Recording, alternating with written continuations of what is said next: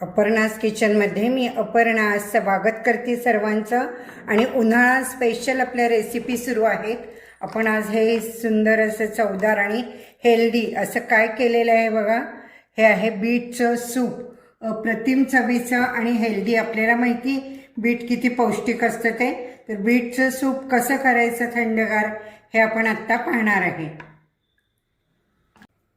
पहा मंडळी, अशा बीटच्या थंडगार सूपसाठी आपण अर्ध बीट घेतलं। हे मोठा असेल तर छोटा याचा 2 भाग करून अर्धा पीस घेतलेला आहे आणि याचे छोटे तुकडे करून आपण कुकरच्या भांड्यामध्ये टाकून उकडून घेणार आहे। कुकरमध्ये नेहमीप्रमाणे वाफवून घ्यायचं, थोडं अर्ध कच्चं तरी उकडलं गेलं पाहिजे। कच्चं बीट कधी खाऊ नये।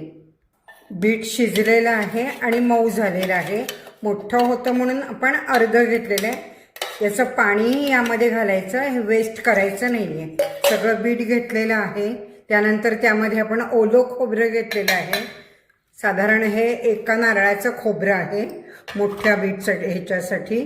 त्यानंतर हिरवी मिरची, थोडंसं जिरं फोडणीत घालणार आहे आणि हे वाटून घ्यायचं आहे मिक्सरमध्ये। अगदी हे बारीक झालेलं आहे। पाणी घातलेलं होतं त्यामध्ये, हे आता आपण असं गाळून घ्यायचं आहे आणि पुन्हा एकदा मी करणार आहे हे, म्हणजे सगळं बीट आपल्याला वापरता येईल। तुम्हाला मगाशी म्हटलं मी सुरुवातीला की बीट कच्चं फार खाऊ नये असं म्हणतात आयुर्वेदिकमध्ये।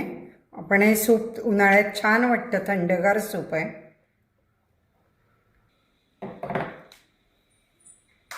आपण आता यामध्ये चवीपुरतं मीठ घालायचं आहे, थोडीशी साखर।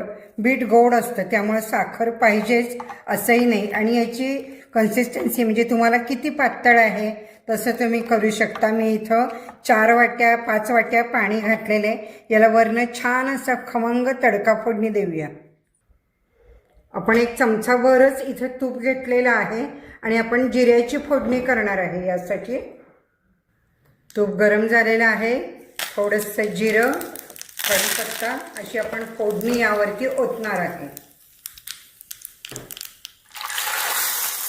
फोडणीमुळे मस्त याला वास येतो। आता आपण कोथिंबीर थोडी घालूया आणि असं हे आपलं मस्त थंडगार सूप, खास उन्हाळा स्पेशल बीटचं सूप तयार झालेलं आहे। व्हिडिओ आवडला तर लाईक मात्र लगेच करा।